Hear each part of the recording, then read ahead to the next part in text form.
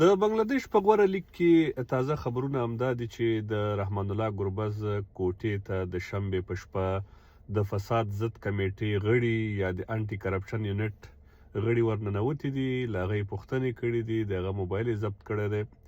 د دې موخه دا ده چې کله په یوه لوبډله باندې د فساد ضد کمیټې شک پیدا شي، نو د هغه کلیدي لوبغاړي څاري او ګوري چې ولې دغه لوبغاړی په غیر عادي ډول آوټ کیږي یا پرفارم نه کوي یا عادي لوبه نه کوي. کله کله یو نیم لوبغاړی وي هغه بالونه ډېر ډاډ کوي په شلوریز کرکټ کې، کله ځان بې موجب آوټ کوي، کله داسې شکمن کارونه کوي په لوبه کې چې هغه د فساد ضد کمیټې شکونه پاروي او زیاتوي.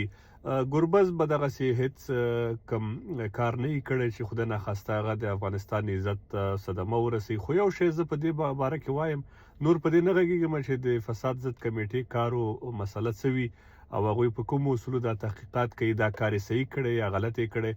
خو د بنگلاديش لیګ، د سریلانکا لیګ، ټي10 دغه لیګونه چې دي دا له فساد نه خالي لیګونه نه دي.